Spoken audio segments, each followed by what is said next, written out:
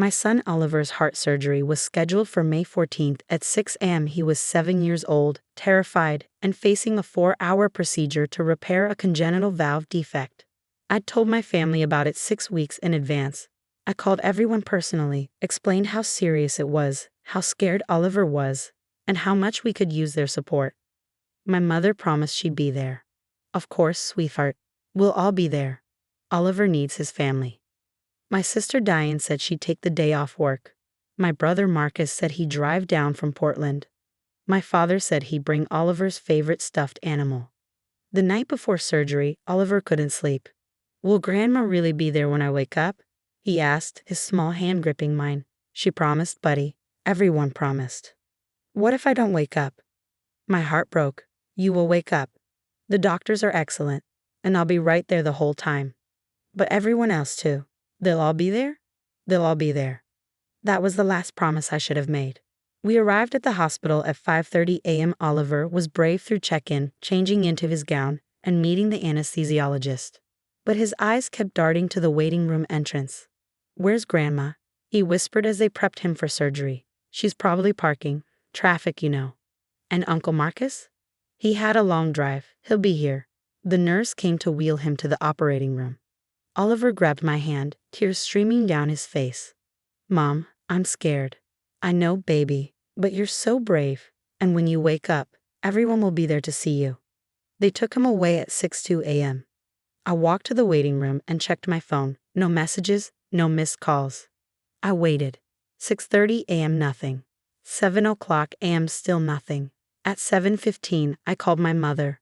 Voicemail. I called Diane. Voicemail. Marcus. Voicemail. My father finally answered at 7:45. Oh, Jennifer, I'm so sorry. Your mother and I can't make it today. Something came up with Diane's wedding planning. We need to meet the venue coordinator this morning. Dad, Oliver is in surgery right now. You promised you'd be here. Well, we didn't realize the venue appointment would be today. It's the only time they had available. So reschedule it. The wedding is in 3 weeks. We can't reschedule. Diane needs us. Oliver needs you. He's 7 years old and having heart surgery. He'll be fine. He's a tough kid. Tell him we're thinking of him. He hung up. I sat in that waiting room for 4 hours, alone, watching other families cluster together, supporting each other. Every child who came out of surgery had grandparents, aunts, uncles, and siblings waiting. Oliver had me. When they finally let me into recovery, Oliver was groggy but awake. His eyes searched the room. Where is everyone? His voice was small and broken. They couldn't make it, sweetie. But I'm here, and the surgery went perfectly. They promised. He started crying, which made his chest hurt, which made him cry harder. A nurse came over with pain medication. She looked at me with such pity it made me want to scream.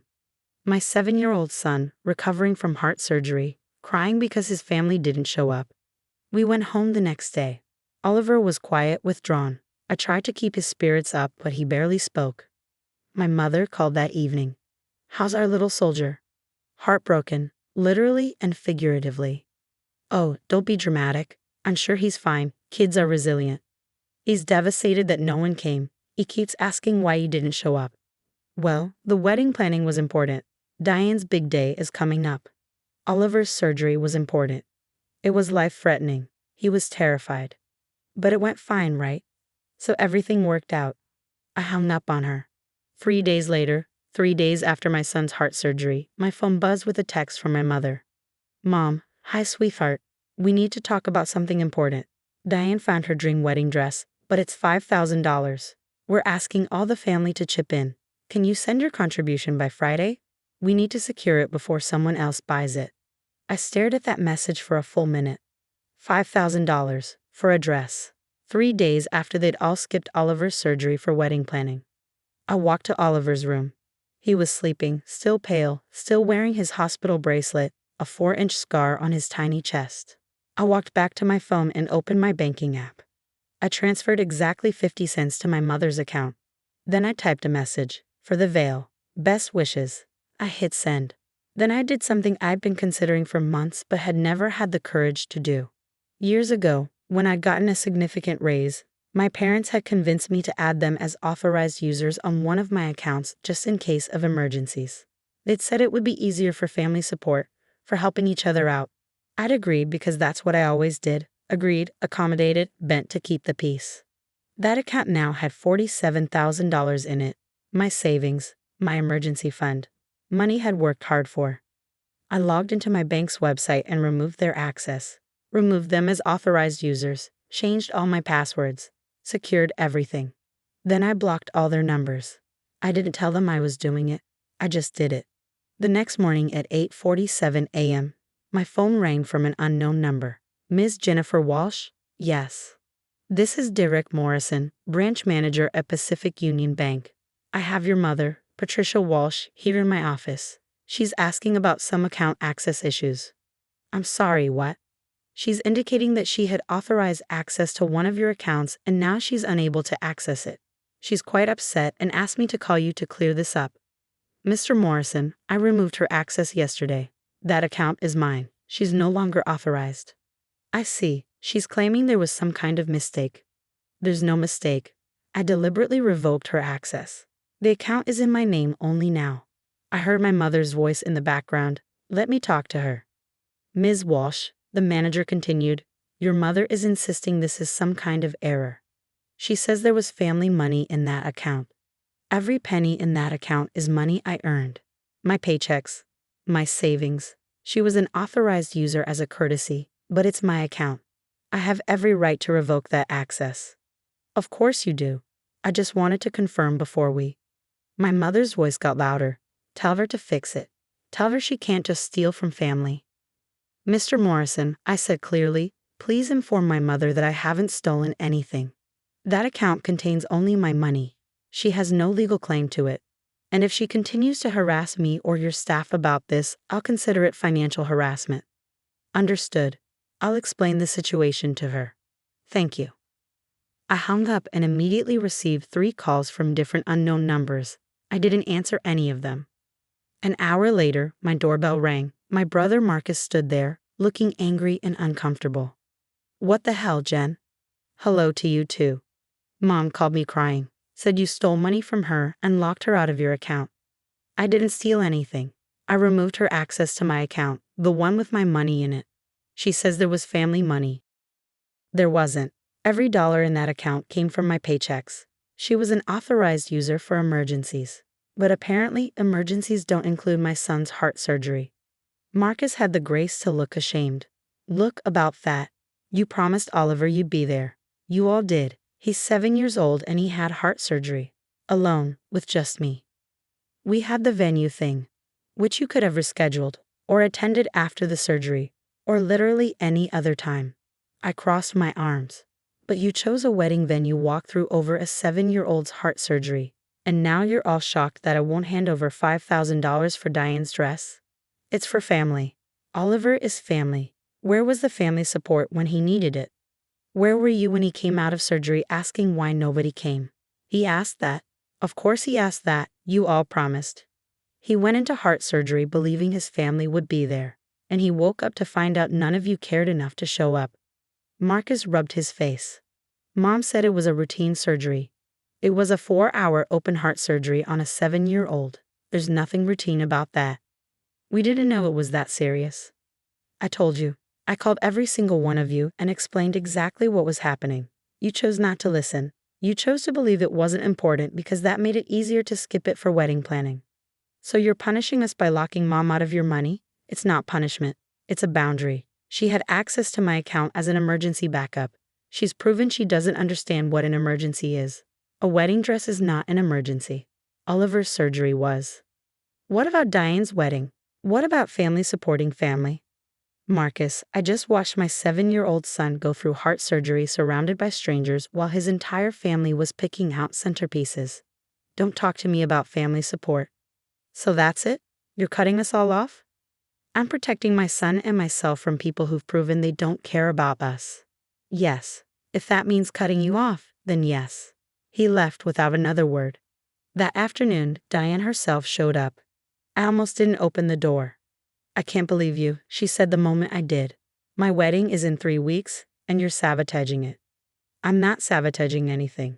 You sent Mom 50 cents, with a sarcastic note, And then you locked her out of your account so she can't even access the family emergency fund. There is no family emergency fund. That's my savings account, my money, and Mom is not entitled to it. She said you all agreed to pool resources for family needs. She lied. She convinced me to make her an authorized user just in case. I've never taken a penny from that account for anything but my own expenses. It's not a family fund. Well, we need it now. I need that dress. You need a $5,000 dress while my son recovered from heart surgery with no family support except me. Your son is fine. No, Diane, he's not fine. He's heartbroken. He keeps asking what he did wrong. Why nobody came to see him. Why his surgery wasn't important enough for his family to show up. Something flickered across her face. It was important. More important than a venue walkthrough. More important than wedding planning, because you all chose the wedding over him. Every single one of you. We didn't mean to hurt him. But you did. You all promised you'd be there. He went into surgery believing that, and he woke up alone except for me. I'm sorry, Diane said quietly. I really am. I didn't think about how it would affect him. Because you didn't think about him at all. You thought about your wedding, just like you're thinking about it now. You're not here because you care that Oliver is hurt. You're here because I won't fund your dress. That's not fair. Neither is asking me for $5,000 3 days after you all abandoned my son during heart surgery. Mom said you could afford it. I can afford it. That doesn't mean I'm obligated to spend it on you, especially not after what you all did. Diane's eyes filled with tears. So I can't have my dream dress because of one mistake. It wasn't one mistake. It's a pattern. My needs don't matter. Oliver's needs don't matter. Only yours do. That's always been the family dynamic. But I'm done with it. What do you want? An apology? I want you to understand that actions have consequences. You chose your wedding over my son. Now I'm choosing my son over your wedding. That's fair. She left crying, but I felt no guilt. Over the next week, I received calls from relatives I hadn't heard from in years, all taking my family's side, all explaining why I was being unreasonable. I blocked every single one. My father sent a long email about family obligations and disappointing him. I deleted it without finishing. My mother tried to show up at my workplace. Security escorted her out after I declined to meet with her. Through it all, I focused on Oliver, his recovery, his physical therapy, his emotional healing. Mom, he asked one night, why didn't they come? Because they made a bad choice. They thought something else was more important than you. Was it? No, buddy. Nothing is more important than you. Not to me. And you know what? You don't need people who think weddings are more important than your health. You deserve better than that. Do you think they'll ever say sorry? Maybe. Someday. But even if they do, that doesn't mean we have to let them hurt us again. So we don't have to see them. Not if you don't want to. He thought about that. I don't want to. They made me sad. Then we won't see them. It's okay to protect yourself from people who hurt you, even if they're family. Even Grandma? Even Grandma. He hugged me. Good. I like it when it's just us anyway. 2 months passed. Oliver healed beautifully. His scar faded. His smile returned. He stopped asking about his grandparents. Diane's wedding happened. I wasn't invited. I didn't care. My mother left a voicemail. I hope you're happy. You ruined Diane's wedding by not contributing. Everyone knows what you did. You should be ashamed. I wasn't ashamed. I was relieved. Then 3 months after Oliver's surgery, a card arrived in the mail from my father. Inside was a check for $5,000 and a note.